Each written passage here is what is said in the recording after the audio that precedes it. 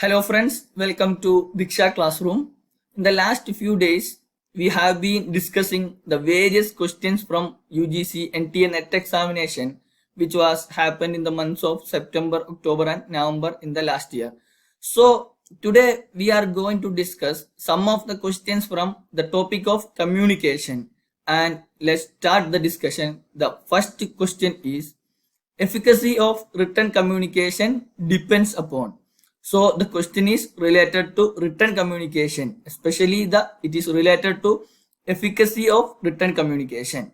And the question is, efficacy of written communication depends upon, and we have given six things. We have given six statements. The first one is lengthy presentation, and the next one is complex sentence structure, and the third one is editing after writing, and fourth one brevity in sentences, and fifth one use of strong words, and sixth one effective use of words.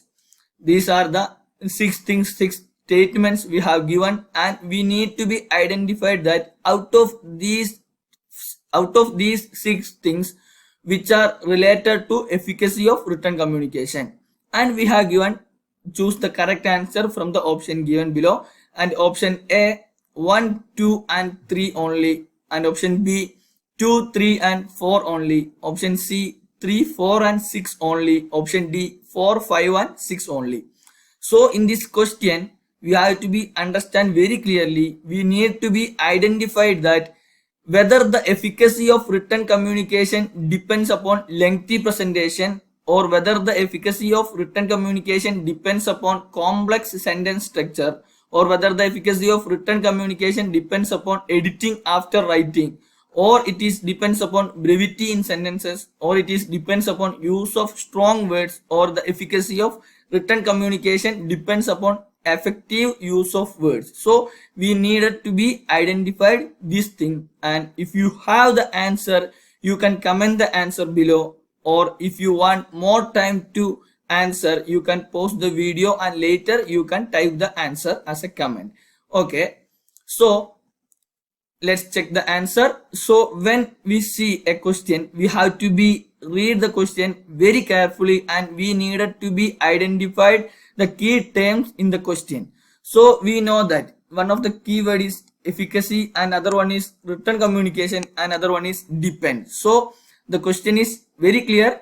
It is related to efficacy of a written communication, or the efficiency of a written communication depends upon, and we need to be identified, or we need to be checked that the out of these six statements, which are the things are lead to, or which are the things are helpful to efficacy of a written communication. First of all, we know that there will be verbal communication and non-verbal communication, and the verbal communication we can be divided into two, that is oral and written. Oral and written are part of verbal communication, we know that. So out of this question is related to written communication, and it is related to efficacy of a written communication, and we need to be check that the first one, the lengthy presentation. We know that the lengthy presentation is not helps to efficacy of a written communication. So we know that the lengthy presentation is not become a feature of a efficacy of a written communication if a sentences, or if the notes or the write-up is lengthy or too long, people get tired and people get laziness. So they will kept aside that notes, and they will do some other things, or they will read some other material, and they will not be read this lengthy material. So we know that the lengthy presentation will not be lead to an efficacy of a written communication. And the next one, we know that the complex sentence structure.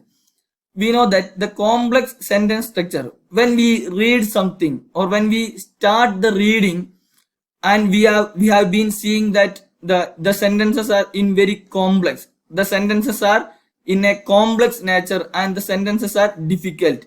If a write-up or if a note is in a complex sentence or in a difficult manner, we will not be read that. We will kept aside that note because we don't get understand easily. So we will be kept aside this note. So a note or written communication or written note should not be in a complex nature. And the next one is editing after writing, and we know that it is obviously it will helps to increase the efficacy of a written communication. Editing after writing means we know that when we write something and after that we are reading that notes once again, and we have been identifying the mistakes, and we have been identifying the wrong words and wrong sentences, and we can edit that. When we edit that wrong sentences and wrong words, and when we rearrange the sentences, like we edit what are the words needed to be edited, we can be edited that, and what are the words should be replaced, we can be replaced, like we can be replaced the words with some other beautiful words. So it will be lead to efficacy of a written communication. So we know that the third one, editing after writing, is, or we can say that efficacy of a written communication depends upon editing after writing. And the next one, brevity in sentences. So we know that brevity in sentences means the short sentences. So in the first we said that lengthy presentation should not be there. At the same time, the sentences or that write-up should be in brevity nature. When it is in brevity in nature, or when it is brevity in sentences, the people can read it easily. So the motivation will not be lost. The reading motivation, the motivation of the people to read these sentences will not be lost when it is in brevity nature. And we can say that use of strong words. So obviously we know that use of strong words are not needed, because we need the people or the reader need that simple words, not the strong words. And the last one, effective use of words. We know that effective use of words, obviously literally we can say that when we write something, we use effective words, and we should not be used that ineffective words or inappropriate words. We should use effective words. So in this question, so we can say that the answer is C, and the third one and fourth one, sixth one, and we know that. So we can understand that the efficacy of a written communication depends editing after writing, and brevity in sentences, and effective use of words. And the efficacy of written communication does not depend lengthy presentation, complex sentence structure, and use of strong words. I hope you have understood this question and answer and the concepts. Let's move to the next one. So the next one is the concept fraction of selection in classroom communication is determined by the expectation of reward related to. So this is one of the tough question, or we can say that if we don't have the ideas, or if we don't have the information related to fraction of selection, the theory fraction of selection, it will be very difficult question. And we can say that when the students have an idea regarding the fraction of selection theory in classroom communication, this question will be very easy. So it is depends upon our knowledge and our what are the concepts we have achieved earlier. So it is related to our knowledge and other things. So we can say that the question is the concept fraction of selection in classroom communication is determined by the expectation of reward related to, and we have given 4 options. First one, efforts needed, and second one, reviews needed, and third one, peer pressure needed, and fourth one, time lag needed. So out of these 4 things, which are the things are related to fraction of selection? We needed to be identified that. So let's check the answer. So the answer is efforts needed. So we know that the question is related to fraction of selection, and we know that the fraction of selection is a concept which is introduced by Schramm. Okay, so the fraction of selection, the concept of fraction of selection has introduced by Schramm. So don't forget the name of Schramm, because next time they will be asked some questions like who is introduced the theory of fraction of selection. Like the questions we can be expected from the next year or the next examination. So we need to be understood very clearly. Schramm has introduced the theory or the concept of fraction of selection in a classroom communication, and that theory and the theory or the concept of fraction of selection says it is related to efforts needed. So don't forget, the concept fraction of selection is not related to reviews needed and not related to peer pressure needed and not related to time lag needed. It is related to efforts needed. So it says the concept, the Schramm's concept fraction of selection in classroom communication says that for getting certain amount of gratification, for getting some amount of gratification, how much efforts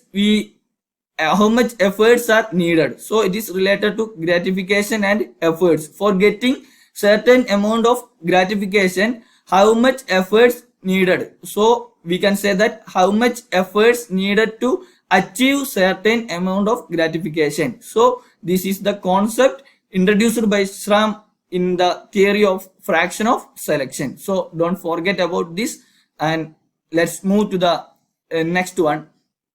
In this question we have given two statements. The first one is assertion and next one is reason, and in the light of above statement we have to choose the correct option given below.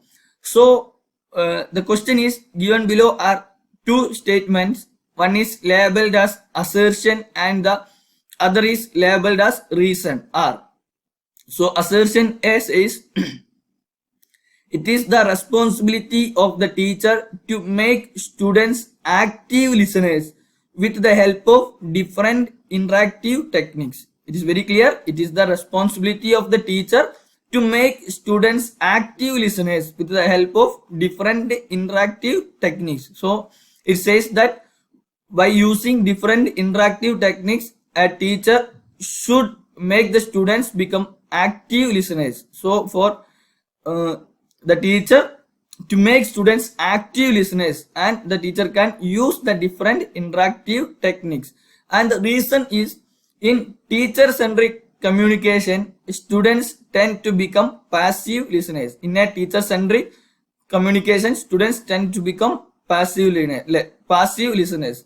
These are the assertion and reason we have given, and in light of above statements, choose the correct answer. Here it is, there is a mistake. This is a correct answer from the options given below. The option A, both assertion and reason are true and the reason is the correct explanation of A. And option B, both assertion and reason are true but reason is not the correct explanation of A. And option C, A, assertion is true but reason is false. And option D, assertion is false but reason is true. So if you have known the answer, you can comment the answer, and if you want more time you can pause the video and later you can comment the answer. So let's check the answer of this question. So the answer is option A, both assertion and reason are true, and R, the reason is the correct explanation of A.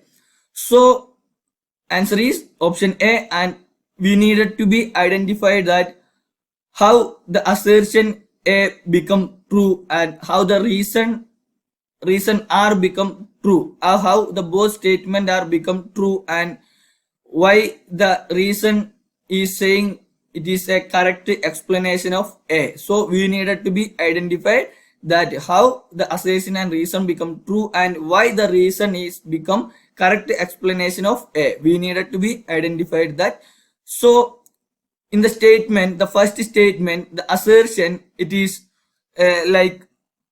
related to a teacher communication or the classroom communication, and we know that it is the responsibility of a teacher to make students active listeners. So we have to be understood very clearly.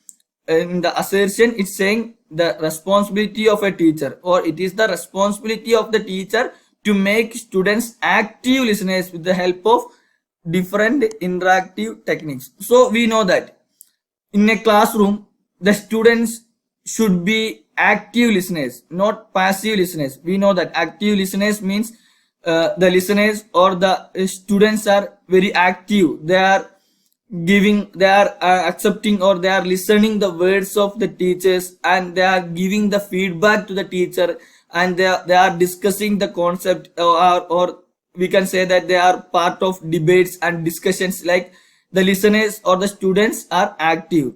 So we know that in the classroom, the students will be active listeners and should not be passive listeners. So it is the responsibility of a teacher, or we can say that it is the responsibility of a teacher to make students active listeners. So for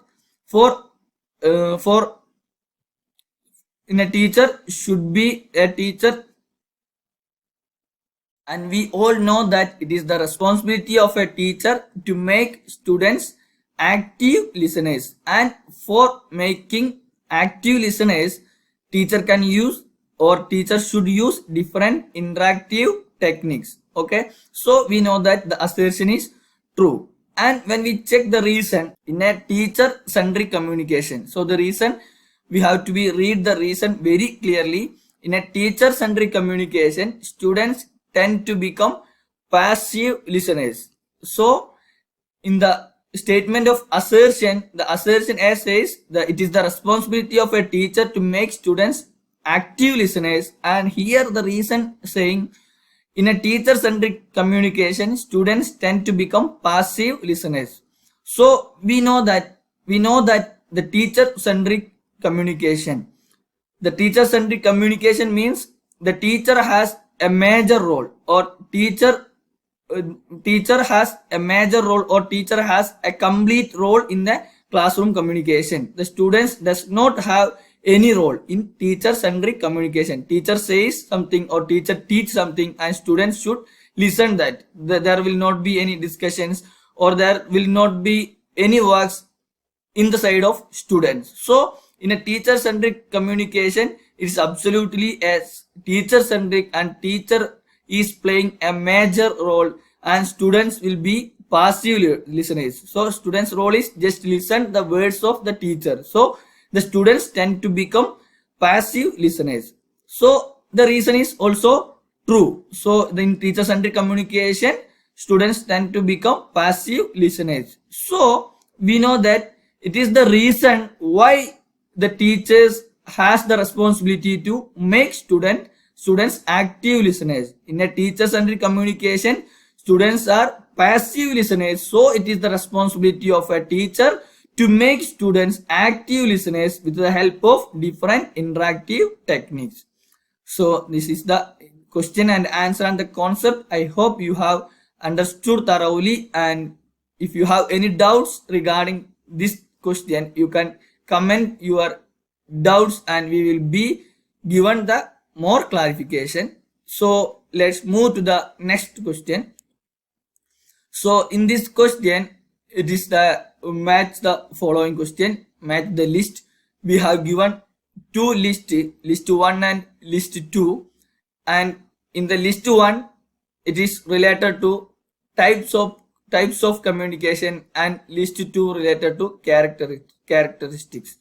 So in this question, in list 1 we have given 4 things. First one, intrapersonal, and B, interpersonal, and C, group, and D, mass. And list 2, first one is saying between persons, and second one within a small organization, and third one large number of unknown audience, and fourth one within oneself. So we need to match the list 1 with the list 2, and we have given 4 option, and option A, A1, B2, C3, D4, and option B, A2, B3, C4, and D1, and option C, A3, B4, C1, and D2, and option D, A4, B1, C2, and D3. So we need to be identified which option is right about this list 1 and list 2. So let's check the answer. So we know that the answer is option D, A4, intrapersonal for within oneself.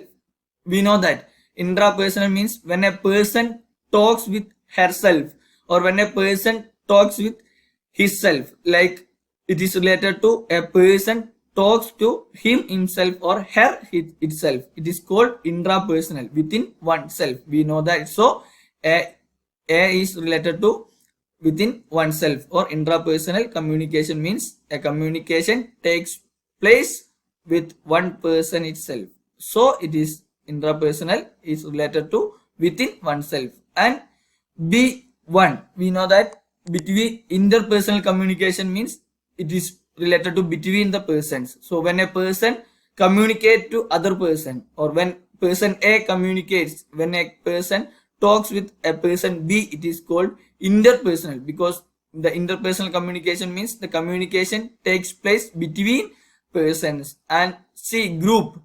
Group, we know that within a small organization, group communication, we know that group means there will be a small group or small team, and when a communication takes place inside that group, we can say that it is a group communication. So the answer is group communication related to, or the within a small organization is a characteristics of a group communication. And the last one, we know that mass communication. Mass communication is related to large number of unknown audience. We know that.